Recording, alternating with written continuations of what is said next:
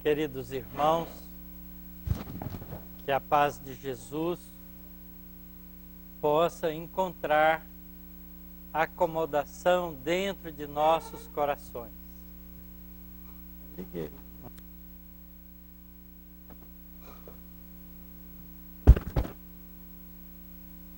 Nós hoje vamos aproveitar essa tarde de companheirismo, de atividades em conjunto, para aprendermos um pouco mais sobre as lições que o mundo espiritual tem trazido para nós desde o momento em que os espíritos resolveram, sob o comando de Jesus, o nosso diretor espiritual, trazer de forma definitiva o conhecimento da realidade espiritual. Nós somos criaturas espirituais, mas nós temos vivido ao longo de nossas encarnações pelo fato de esquecermos, quando nascemos num corpo de carne e osso, que somos realidade espiritual, temos vivido como homens e mulheres que contam com um período de vida biológico da ordem de 50, 40, 60 anos, depende da época em que vivemos. E por isso mesmo, trabalhando pelos interesses da vida material, temos deixado de lado a nossa realidade mais profunda.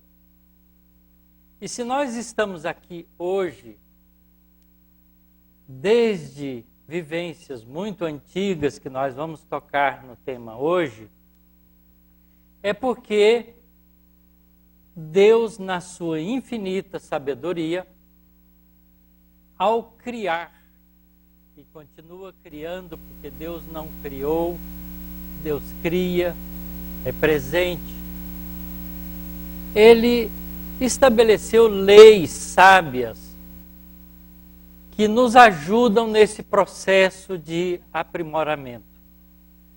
A lei fundamental da criação divina é a lei de evolução.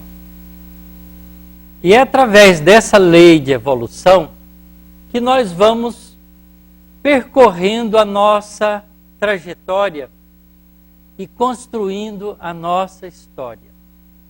Nós somos criaturas que temos uma propriedade especial, que é aquela de construir memória. Eu me atrevo mesmo a dizer que a propriedade mais importante do princípio inteligente é a capacidade de armazenar informações. Nós vemos isso já na vida mais primitiva, na vida celular, as mais rudimentares. Ela se tornou celular porque foi capaz de agregar, do ponto de vista material, na sua estrutura, moléculas especiais como o DNA, que vai guardando informações. Mas essa é a expressão material da vida. Porque a célula se organiza assim, porque o princípio inteligente que precisa utilizar desses recursos no processo da vida material, precisa desses recursos para ir guardando informações numa realidade mais profunda, que através da evolução vai se constituir mais tarde no que nós chamamos de espírito, que somos nós. Então nós vamos construindo ao longo do tempo recursos que vão facilitando a nossa integração com a criação divina. E nós vamos falar isso um pouco nesse esquema de nascer, viver, adquirir experiências, guardar essas experiências passar pela experiência da morte do corpo biológico, voltar para o mundo espiritual, se preparar de novo no começo dos nossos processos cíclicos evolutivos, mais ou menos rapidamente, para nascer de novo, continuar nesse processo, enriquecendo e construindo a nossa história, até que nós atinjamos um ponto especial, que é adquirir a consciência da própria realidade espiritual. Quando a gente faz isso, ao deixarmos o corpo físico, já não vamos para o mundo espiritual de qualquer maneira, mas já vamos aproveitar também da experiência entre uma encarnação e outra, para ir acumulando informações agora de maneira diferente, através da vivência espiritual, se preparando para uma nova reencarnação, mas trazendo bagagens de aprendizado espiritual também. E nós já nos encontramos nessa fase. E é preciso que a gente então entenda, conheça um pouco de nós mesmos. Então o objetivo dessa fala nossa é a gente saber um pouco melhor de onde a gente vem, por que estamos aqui e para onde vamos. Então nós vamos começar lembrando de que nós sempre tivemos na nossa história de aprendizado a ajuda do mundo espiritual. Nós temos aqui uma transparência, uma tela, mostrando esse tipo de coisa. Nós vamos encontrar no Velho Testamento, no livro do Êxodo, que é um dos livros de Moisés, no capítulo 20, a apresentação dos 10 mandamentos. E aqui eu trouxe o primeiro, porque esse primeiro mandamento contém já uma informação preciosa para a nossa análise. E a gente lê isso lá.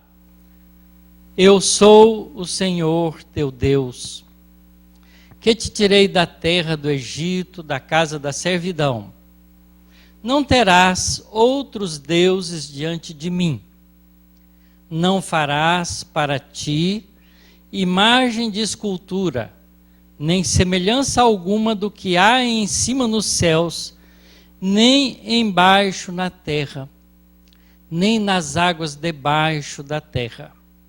Vejo que nessas primeiras frases, a bondade divina, através de um mensageiro espiritual, nos chama a atenção para pensar em Deus sem a imagem material. Mas ele continua: não as adorarás, a essas imagens, nem lhes darás culto, porque eu sou o Senhor teu Deus, Deus zeloso, que visito a iniquidade dos pais nos filhos. E na linguagem do Êxodo, que nós encontramos nas diferentes Bíblias, está escrito assim: que visito a iniquidade dos pais nos filhos até a 3ª e 4ª geração daqueles que me aborrecem. E faço misericórdia até 1000 gerações daqueles que me amam e guardam os meus mandamentos. Esse parágrafo 5º é um parágrafo importante, porque Deus, nessa linguagem simbólica, está deixando a gente saber que Ele é um Criador justo. Se Ele é um Criador justo, Ele não pode visitar a iniquidade dos pais nos filhos até a 3ª e 4ª geração. Porque isso significa alguém pagar por outro. Meu pai faz um erro e Deus como é zeloso, pune a mim, filho, que não tem nada a ver com isso. Isso não faz sentido. Quando os historiadores e linguistas analisam com cuidado essa tradução, eles observam que a palavra até está mal traduzida, porque o termo hebraico que está escrito até não deveria ter sido traduzido como até, mas sim na. Isso faz uma grande diferença. Vamos ler de novo. Porque eu sou o Senhor teu Deus, Deus zeloso, que visita a iniquidade dos pais nos filhos, na terceira e quarta geração daqueles que me aborrecem. Isso muda o sentido completamente, transformando Deus injusto num Deus amoroso e bom, porque dá oportunidade para que nós voltemos na terceira e quarta geração e possamos, numa encarnação nova, assumir as responsabilidades daquilo que fizemos que aborreceu ao Senhor nosso Deus. Obviamente que a linguagem aborrecer também é uma péssima tradução, porque Deus, nos criando dentro de um processo de evolução, não se aborrece conosco, como nós não deveríamos nos aborrecer com os erros dos nossos filhos que estão aprendendo. E sim ter paciência, mas dar novas oportunidades para que eles aprendam corretamente. Então a imagem do Pai é já colocada aqui e depois enfatizada com a vinda de Jesus, onde Jesus nos ensina que Deus, antes de ser um Deus rigoroso, Senhor dos exércitos, como está pintado de maneira forte na tradição hebraica, Jesus nos apresenta Deus como um Pai amoroso e bom. E se irmana conosco quando nos diz, quando orardes, orai assim: Pai nosso, e nos junta todos numa única família. Então vejam, por que na terceira e quarta geração? Porque na terceira e quarta geração já deu tempo da gente deixar o corpo físico, passar um tempinho rápido no mundo espiritual e voltar como filho dos filhos de nossos filhos. Então a gente pode ser avô de nós mesmos, tão belamente descrito por Emmanuel no livro Há 2000 anos. Porque o Públio Lentulus Sura era neto do Públio Lentulus Cornélius, avô dele mesmo, porque ele se reconhece através de sonhos e depois de uma pintura que ele era o avô reencarnado. Então vamos guardar essa informação de terceira e quarta geração. E vamos em frente.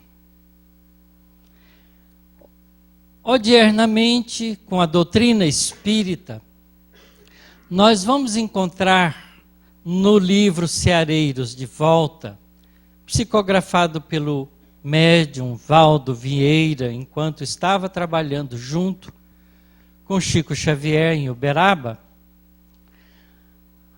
Nesse livro ele recebe várias comunicações de espíritas que tinham trabalhado no movimento espírita no Brasil e que então voltam dando comunicações mediúnicas, falando sobre a experiência deles e também sobre a experiência de ter vivido no meio do trabalho de implantação do Espiritismo na Terra.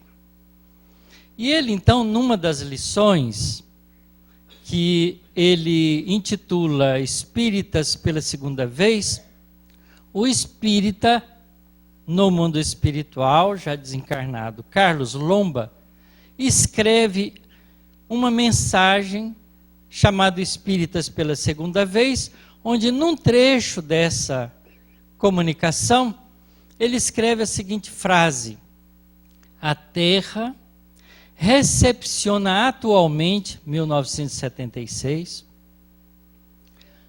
a quinta geração de profitentes do Espiritismo, composta de criaturas que receberão a responsabilidade espírita pela segunda vez. Então, na quinta geração do começo do movimento espírita, 1857 para cá, 1976, pouco mais de 120 anos, quinta geração, espíritas pela segunda vez, isto é, quem foi espírita lá na época de Kardec está renascendo depois de 4 gerações, na quinta, para exercer pela segunda vez o trabalho espírita. Essa mensagem ajusta-se perfeitamente com aquela do Êxodo, de pouco mais de 3.000 anos atrás, recebida por Moisés mediunicamente também.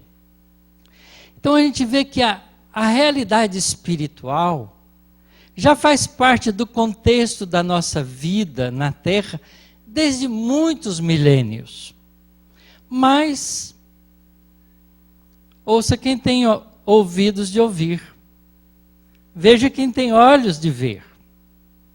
É natural que os espíritos bondosos, que trabalham pelo desenvolvimento do nosso planeta, junto com Jesus, nessa tarefa de condução do nosso planeta, nunca nos deixou órfãos de informações espirituais.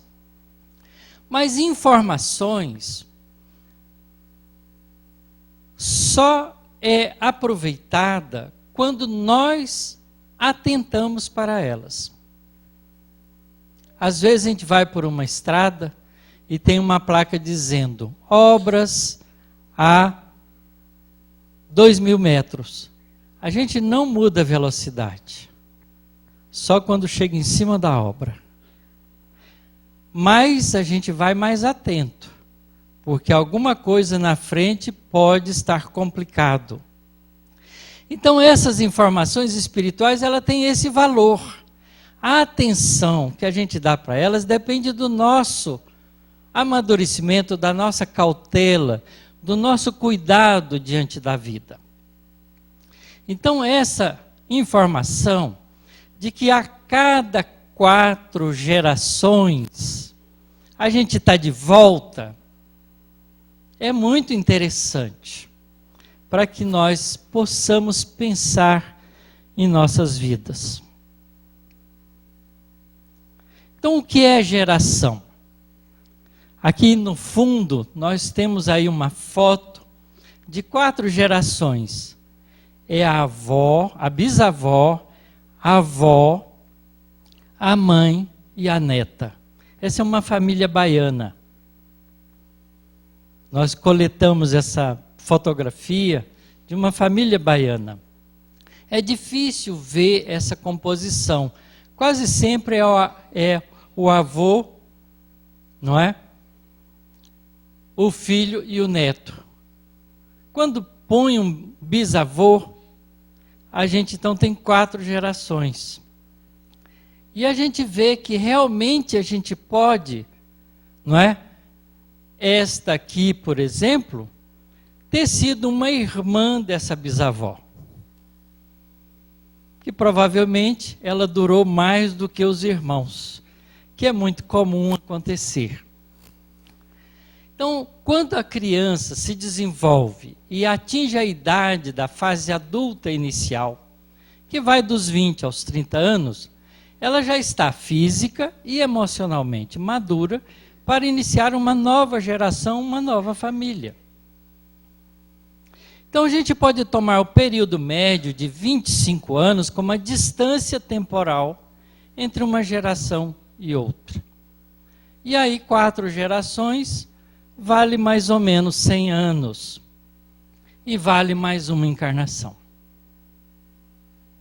Então a gente tem uma ideia temporal com essas informações do mundo espiritual de como é o nosso ciclo de progresso.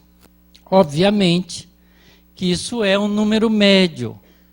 Nós hoje, conhecendo as obras espíritas que abundam entre nós, graças ao esforço dos espíritos superiores, dos espíritos medianos, dos médiuns dedicados, nós temos muitas informações do mundo espiritual.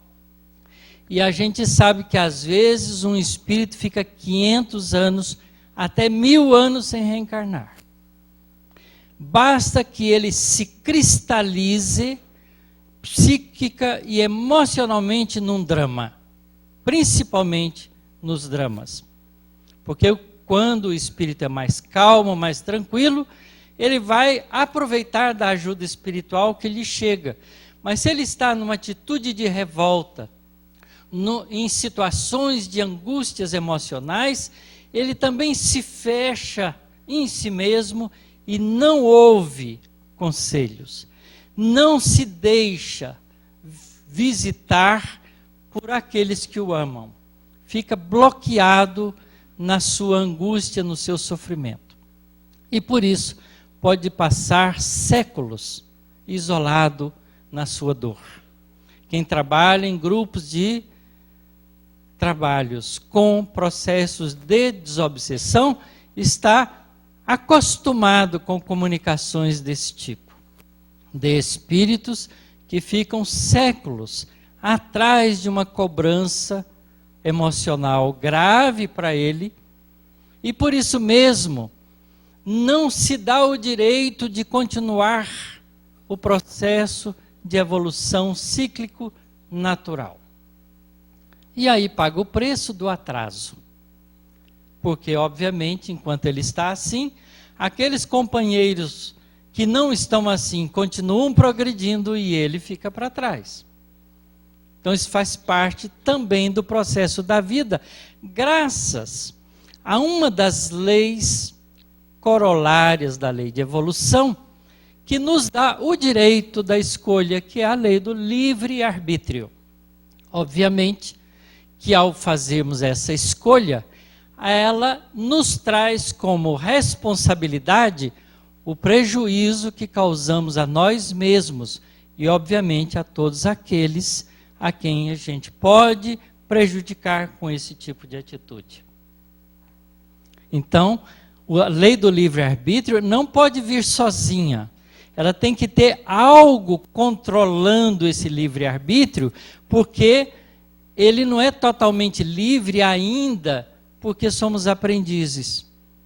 Estamos caminhando e não temos ainda uma consciência muito aguda para fazer escolhas adequadas. Então precisamos de ajuda. E aí então vem a lei de causa e efeito, como outra lei corolária, ao lado da lei do livre-arbítrio, como as duas propulsoras do processo de evolução. E a gente vai encontrando nessa beleza dessas leis tão precisas e tão adequadas, como a inteligência suprema é suprema. Não é porque a gente duvida de Deus. Todos nós acreditamos em Deus até certo ponto.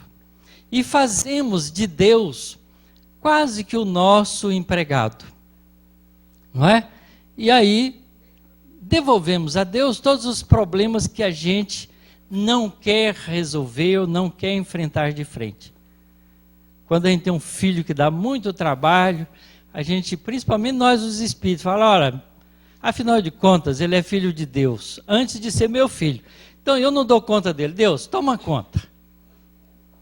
Como se Deus tivesse enganado de endereço em colocá-lo na nossa casa. Não é? Mas é assim mesmo, a gente aprende a convivência. mais educada e mais admiradora com Deus à medida que nós vamos também aumentando a nossa capacidade de compreensão das belezas da criação divina. Então vamos falar um pouco sobre números de encarnações. Vocês veem aí no fundo dessas transparências colocadas, tem sempre alguma imagem sugestiva. Aí nós vamos ver 3 imagens do homem de Neandertal, com uma lança na mão. Éramos nós. O Homo sapiens, um pouco embaixo, são 2 companheiros, com lanças na mão também, com caça, também éramos nós. E aí o nosso planetinha, num símbolo de movimento que nós vamos usar daqui um pouquinho. Se nós pensarmos nas descobertas históricas que o ser humano tem feito, nós vamos ver, com os processos de medidas de tempo arqueológico, que o homem de Neandertal, quer dizer, aquela espécie que foi encontrada à beira de um rio chamado Neander, na Alemanha, por isso Neandertal vem daí, não é? Foi encontrado numa das grutas ali próximo um esqueleto petrificado de um homem bruto de muito tempo atrás, e com processos de datação utilizando métodos físicos, descobriu-se que ele tinha já uma idade bastante avançada. Outros neandertais foram descobertos em outros lugares, e o mais antigo foi descoberto há 400 mil anos atrás. Curiosamente, os mais novos foram identificados terem vivido há 30 mil anos atrás. Então, essa espécie de Homo neanderthalensis sapiens, que é assim que ele é classificado pelos antropologistas, arqueologistas, ele é o nosso ancestral que conseguiu viver da ordem de 400 mil anos. E há 30 mil anos atrás ainda vivia em grutas, em locais onde deixaram as suas marcas com pinturas rupestres e outras coisas, com utensílios que eles faziam, com processos de vida que ficaram guardados no seio da nossa terra, dentro de grutas e cavernas, porque nessa fase eles não sabiam construir casa. Então usava a casa natural que a natureza oferecia para eles. Obviamente que éramos nós. E também o Homo sapiens, que é uma outra espécie de Homo, que tem diferenças estruturais, esqueléticas, de compleição, que está muito bem caracterizado pelos estudiosos, que foram encontrados pela primeira vez da ordem de 190 mil anos atrás. E que vieram até nós, porque os neandertalenses foram extintos e continuaram o Homo sapiens sapiens. Sábio 2 vezes. Nós, ignorante como somos, nos demos o nome de Homo sapiens sapiens. Muito bem. Então, a gente vê aqui que nós convivemos nesse período, várias encarnações nossas, não é?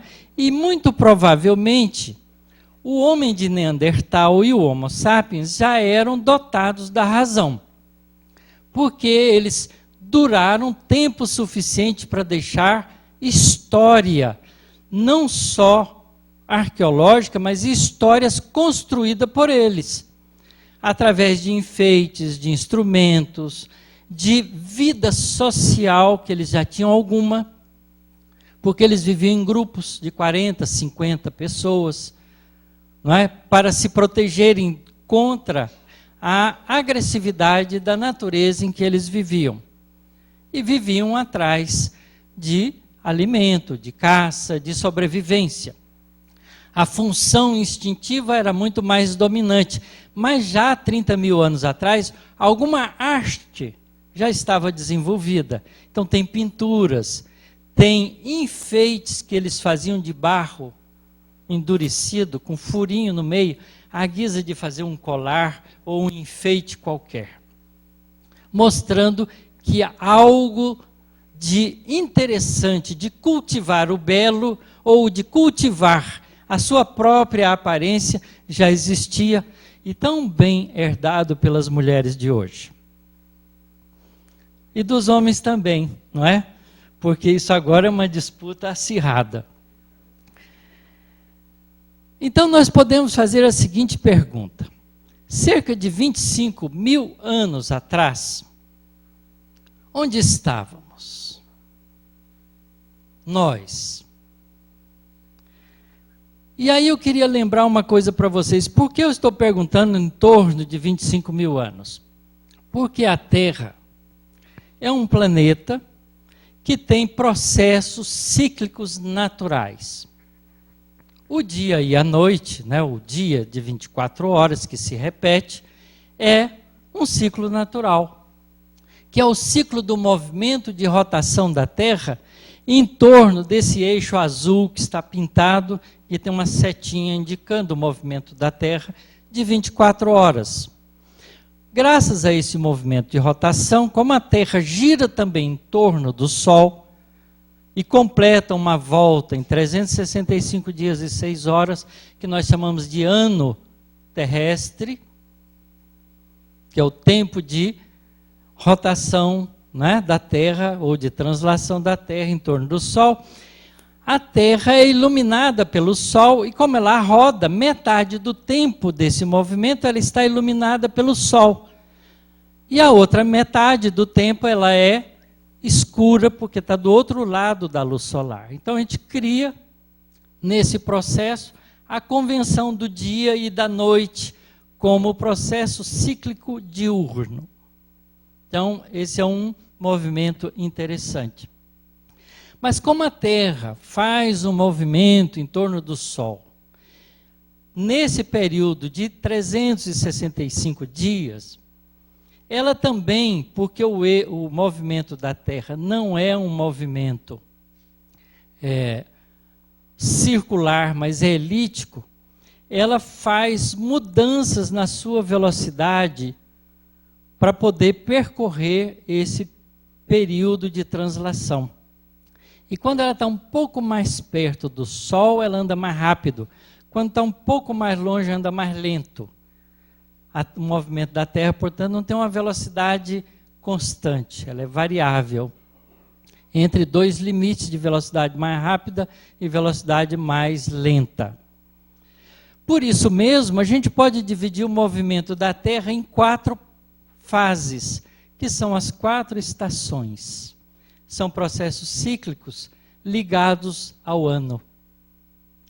Mas a gente tem uma Lua, um satélite que gira também em torno da Terra e junto com a Terra gira em torno do Sol. E o movimento lunar permite, por causa da iluminação que o Sol faz na sua superfície, permite a gente também ter um período de movimento lunar cíclico, repetitivo para nós, que dura 28 dias e se divide em 4 fases de 7 dias, completamente iluminada, metade iluminada, completamente escura, metade escura e novamente completamente iluminada. Isso é um período de 7 dias das fases da Lua. E aí a gente inventou um processo de medida de tempo que nós chamamos de semana, que vem de 7 manhã. Então a nossa semana é constituída de 7 dias por causa do movimento lunar. São períodos. Curiosamente, existe um outro período que a gente quase não fala sobre ele, que é o período de precessão do eixo da Terra. A Terra tem o eixo de rotação inclinado em relação ao movimento orbital solar. Quer dizer, tem um plano de movimento e o eixo da Terra é inclinado a esse plano de 23,5 graus. E a Terra é como um peão que faz esse movimento de cabeceamento. Quem era criança, na época que criança jogava peão, né, porque hoje não joga mais, não tem mais chão para jogar peão. É só asfalto e concreto e coisas de que tais. Se jogar peão no asfalto, a ponta entra para dentro e estraga logo. Tem que ser na terra. E a gente perdeu o contato com a terra no nosso mundo de 50 anos para cá, chamado mundo civilizado. Mas a gente vê que quando o peão é jogado, ele roda muito depressa, ele fica dormindo. As crianças falam, ele está dormindo. Depois ele começa a perder velocidade, porque tem atrito na ponta, e começa então a fazer o movimento de cabeceamento. Esse é o movimento de precessão. Ele roda em torno do eixo do peão, mas o eixo do peão começa a balançar. Rodar, ele vai perdendo velocidade até que ele esbarra no chão e para de rodar. Então a Terra é um peão que não para de fazer precessão, porque ela não para de rodar. Ela roda desde a sua formação, há 4,6 bilhões de anos atrás. Então a Terra tem esse movimento de precessão e ele gasta 26 mil anos para dar uma volta. 13 mil anos para fazer meia volta. Então, olha, 13 mil anos atrás, o eixo da Terra não apontava para a estrela polar, apontava para a Vega. Então a estrela polar, ela é temporária, como polo, indicação do Polo Norte. Mas vai saindo devagarzinho. Há 5 mil anos atrás, quando os egípcios fizeram as pirâmides, eles orientaram as pirâmides de acordo com a estrela que eles viam no Polo Norte, e que hoje está um pouco separado já. E elas estão alinhadas, as três. As três pirâmides mais famosas estão alinhadas com essa observação astronômica. Então esse período é um período importante no processo da vida espiritual. Há 25 ou 26 mil anos atrás, nós estávamos vivendo ainda, deixando de ser neandertalenses para ser só homo sapiens, e vivendo ainda a época bruta do homem, que estava desabrochando para as coisas do sentimento. Era muito instintivo, mas estava desabrochando para as coisas do sentimento. Começando a fazer grupos um pouco maiores, já desenvolvendo o começo dos processos familiares, de grupos familiares, de grupos com alguma afinidade. Então, se a gente tomar 100 anos como o período entre uma encarnação e outra, não é 25 mil anos dividido por 100, dá 250 encarnações atrás. Isso é muito bom para nós. Primeiro, porque tira da nossa cabeça a ideia errônea que muitos espíritas têm, não é, que teve poucas encarnações. Eu já encontrei algumas pessoas que conhecem, já militam um pouco na doutrina espírita, a gente pergunta, quantas encarnações você acha que teve? Ah, sei lá, umas 10 no máximo. Não é? E quantas você acha que vai ter? Ah, 3 está bom demais. Então ele quer em 13 encarnações fazer a transição de espírito de um mundo de prova e expiação, cheio de atraso, e ir para o céu da angelitude em 13 encarnações. Isso é impossível.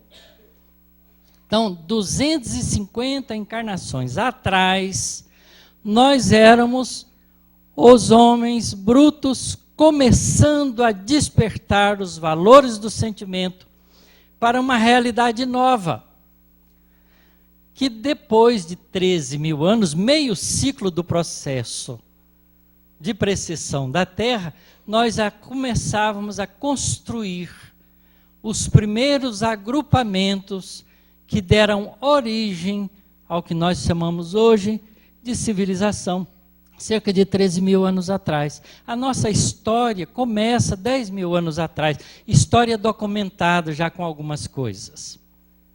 A linguagem, nós fomos aproveitá-la já de 6, 7 mil anos atrás. A primeira cidade construída, historicamente descoberta, tem 8.500 anos mais ou menos. É a velhíssima Jericó. Mas não é a Jericó de hoje. É aquela que era feita só de pedra e morava da ordem de 500 pessoas. Era uma cidade de 500 pessoas. Primeiras cidades descobertas. Então era essa época mais ou menos que a gente estava vivendo. Mas como a gente já tinha desenvolvido um pouco da estrutura de sentimento, o conceito de certo e errado já estava mais ou menos embutido rudimentarmente em nós. A nossa primeira expressão social já tinha compromissos do indivíduo com o agrupamento. Isso então cria aquilo que a gente chama de noção moral. Portanto, a gente já estava apto a deixar o mundo primitivo e começar o mundo de provas e expiações. É uma análise interessante que a gente pode fazer sem precisão de data, mas sem erros, porque essa é mais ou menos a fase que a gente vai encontrando de amadurecimento do espírito mais grosseiro, que adquiriu a consciência de si mesmo há 400 mil anos atrás, mais ou menos, mas agia como qualquer outro animal, porque era ainda de pouco adiantamento. E vem então vivendo e construindo através de múltiplas experiências os recursos para, depois de vários e vários milênios, adquirir a realidade de uma responsabilidade familiar e depois coletiva, trazendo então os primeiros conceitos de civilização. Obviamente que nós tivemos ajuda para fazer isso, porque num planeta como o nosso, dirigido por um espírito angelical como Jesus, certamente que nós vamos tendo ajuda ao longo de todo esse tempo. E tivemos visitas de habitantes de outros sistemas planetários trazidos para cá. Provavelmente, os exilados de Capela devem ter vindo para a Terra mais ou menos nesse período de 13 mil anos atrás. Talvez um pouco mais, talvez um pouco menos, isso não importa. Mas é decisiva a presença deles entre nós, porque a partir daí há um pulso de desenvolvimento coletivo importante, porque aproveitamos da experiência desses espíritos mais adiantados intelectualmente do que nós, mas que por razões morais teve que abandonar o sistema planetário Capela, porque já estavam atrapalhando o desenvolvimento daquele sistema, foram trazidos em um grupo enorme de espíritos para cá, aos milhões, como diz Emmanuel no livro A Caminho da Luz. Capela é um outro sistema planetário.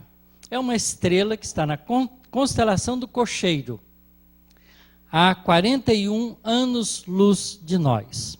Isto é, se nós formos capazes de pegar um raio luminoso, grudar num deles e ir junto com eles, com a velocidade que ele viaja, a gente viaja com a velocidade da luz, 300 mil quilômetros em cada segundo, e em 41 anos a gente atinge a estrela de Capela, que é pertinho de nós.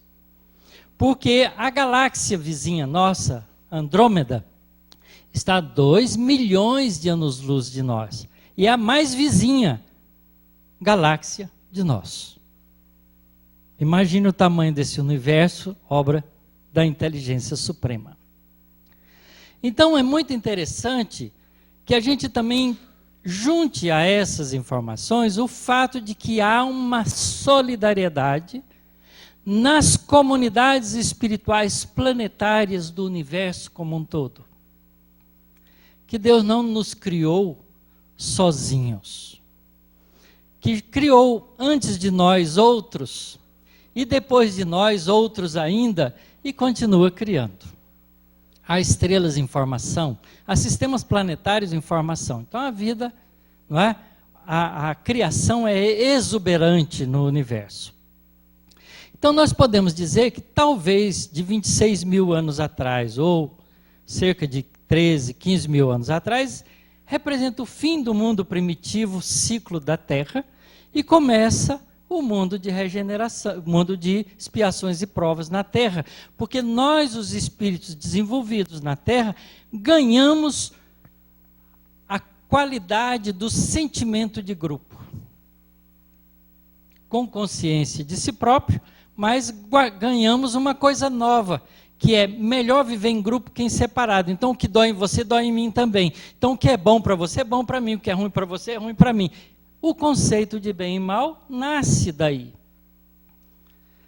Então vejam, em 250 encarnações, contando só essas últimas de lá para cá, esquecendo do período neandertalense e do Homo sapiens mais lá para trás, né, porque essas reencarnações estão muito esquecidas, pegando só as 250 encarnações para cá, de 25 mil anos para cá, quantos pais, quantas mães, quantos irmãos, quantos amigos, quantos inimigos nós construímos?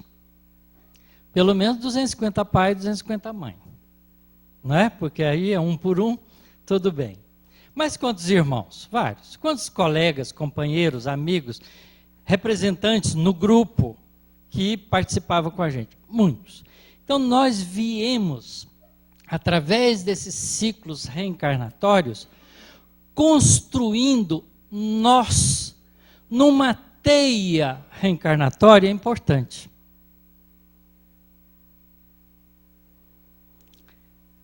Nós temos aí uma teia representando isso. Cada nó desse, a gente pode associar a um processo, uma encarnação. E vejam quantas linhas saem de cada nó.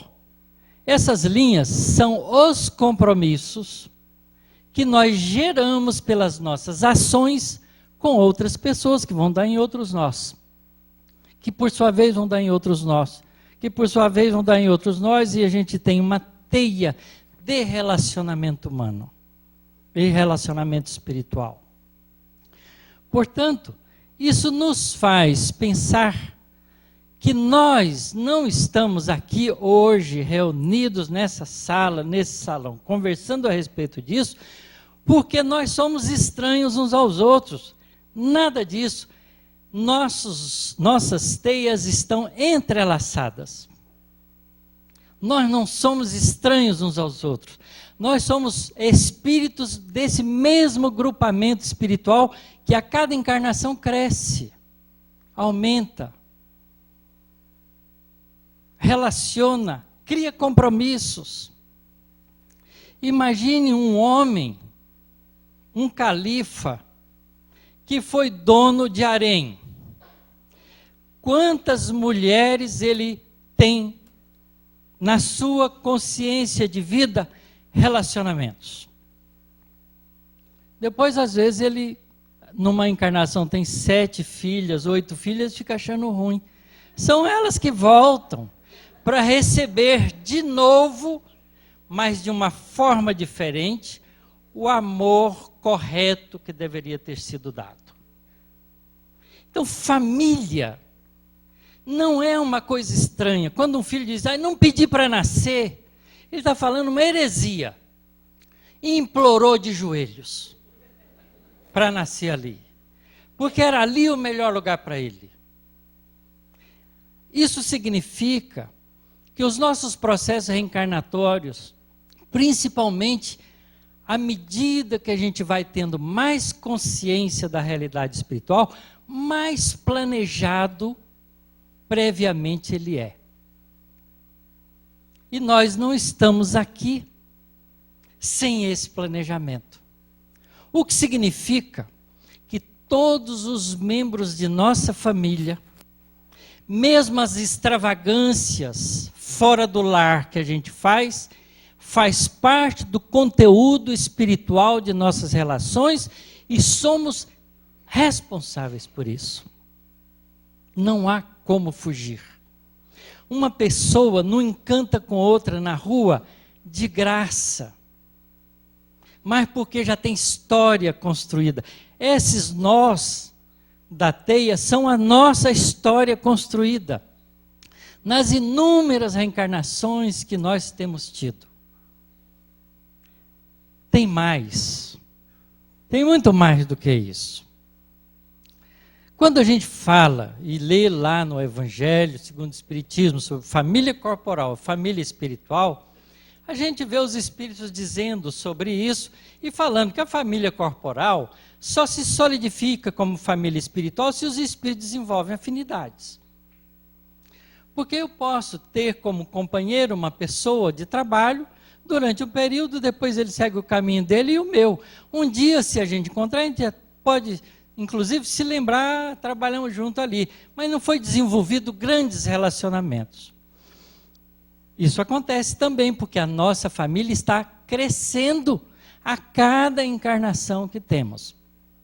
Então, dentro dessa teia espiritual, a família corporal é formada através da reencarnação de espíritos que precisam se reajustarem entre si, e a família espiritual vai sendo composta pelos espíritos que desenvolvem amizades e afinidades em conjunto.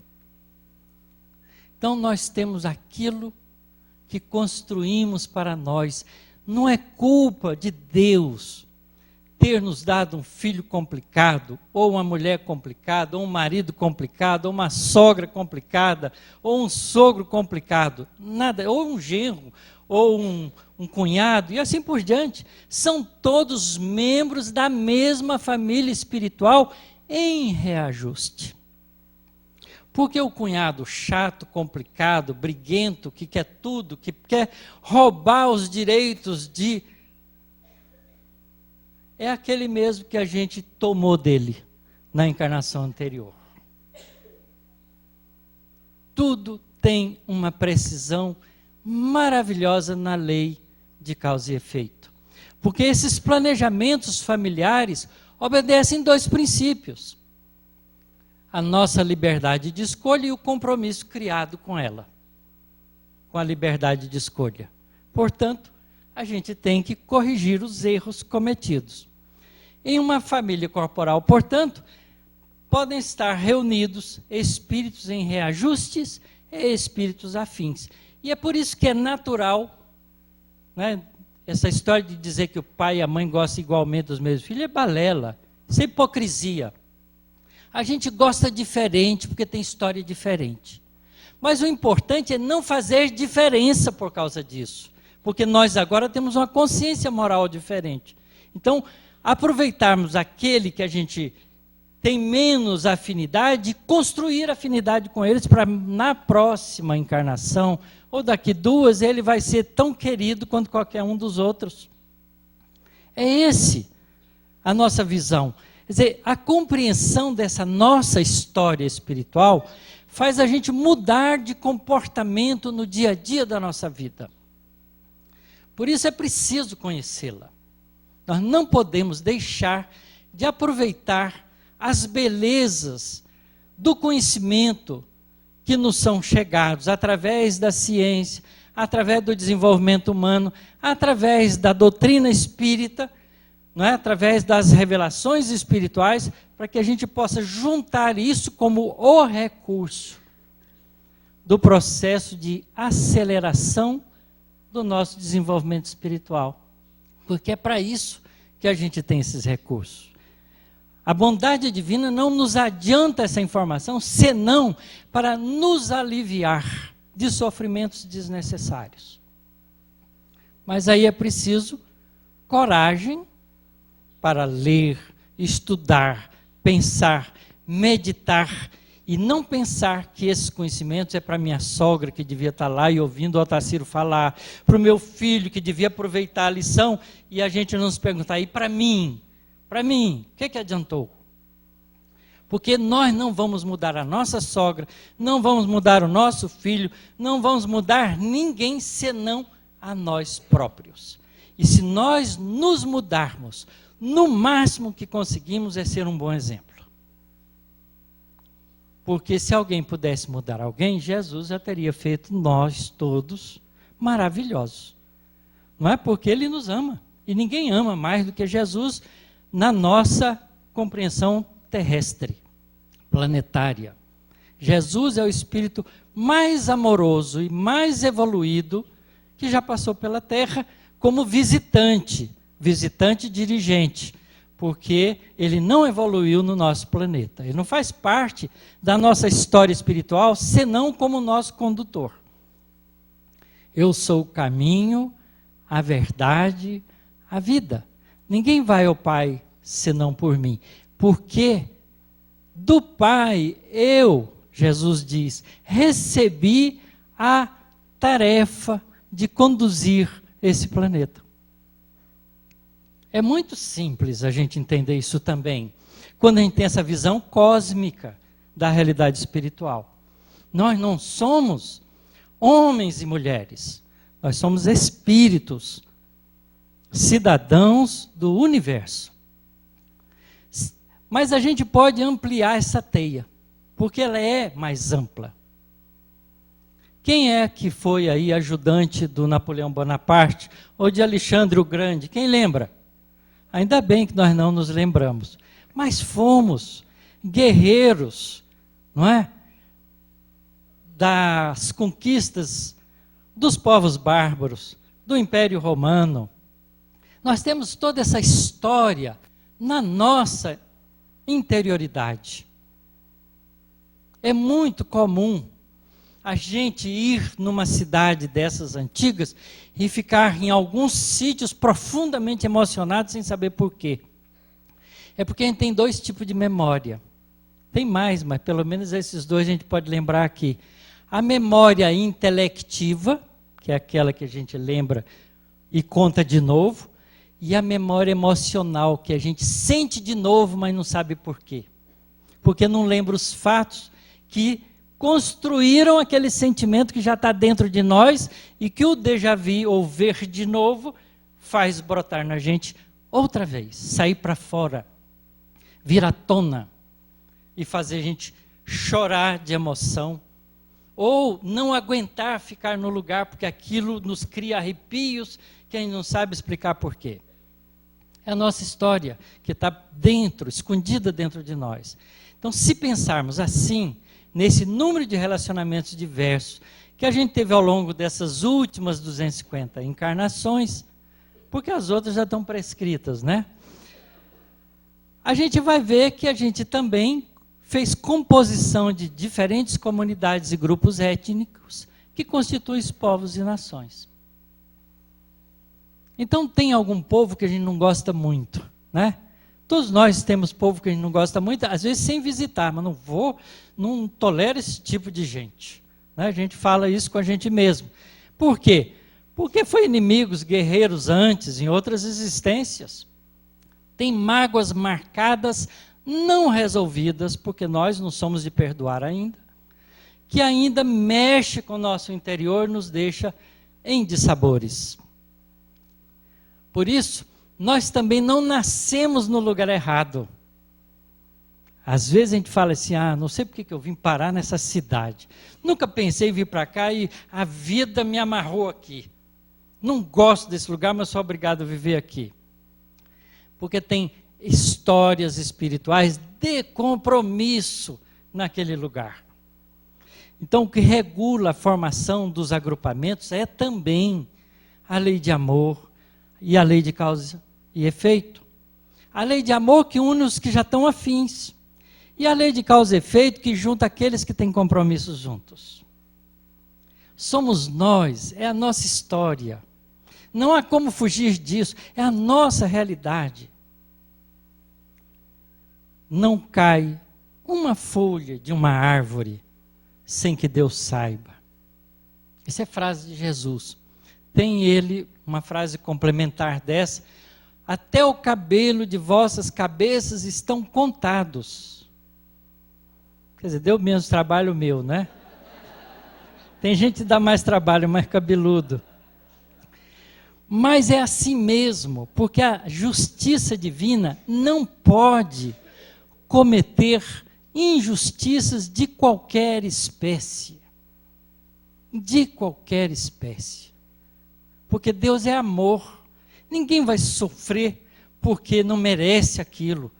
Pode até sofrer porque quer sofrer aquilo.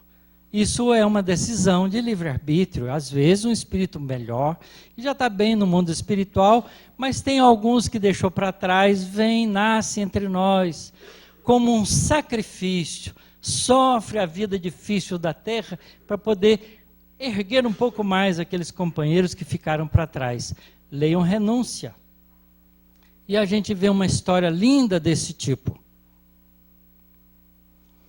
Próximo ciclo. Onde estamos?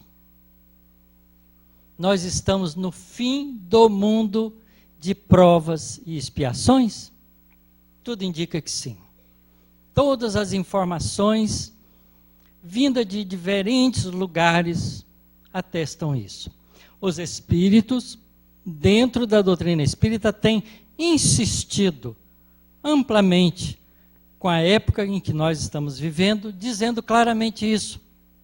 Que nós já chegamos ao amadurecimento da compreensão espiritual que desperta em nós com força para que nós possamos mudar os nossos destinos, não deixar que a lei de causa e efeito que nos trouxe até aqui seja a responsável pela nossa evolução, mas sim o livre-arbítrio, porque tomamos a decisão nós mesmos de nos conduzirmos, conhecedores das leis espirituais que nos governam, pelo processo de evolução mais rápida, como fez Paulo de Tarso, quando compreendeu isso.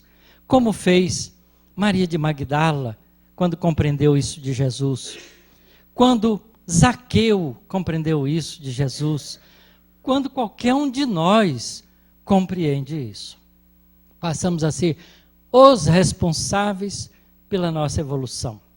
Então nós estamos, uma boa parte dos habitantes da Terra já tem essa noção, já tem essa capacidade de compreender que a felicidade não vem de graça, que nós temos que construí-la pelo nosso próprio esforço, que temos que ter paciência, viver num mundo solidário, de amor, de entendimento, de compreensão, mesmo que não sejamos capazes de amar, mas queremos fazer isso. Então nós estamos no fim do mundo de provas e expiações. Onde estaremos daqui a 13 mil anos, mais outra metade do ciclo? Quando o eixo da Terra estiver apontando para a Vega de novo. Provavelmente no meio do mundo de regeneração. Porque ninguém vai pensar que a regeneração se dá em 10 encarnações. 13 mil anos são 130 encarnações, melhorou. Não é? Possivelmente a gente estará muito melhor. Curiosamente, à medida que a gente evolui, a gente aproveita melhor o tempo na vida espiritual.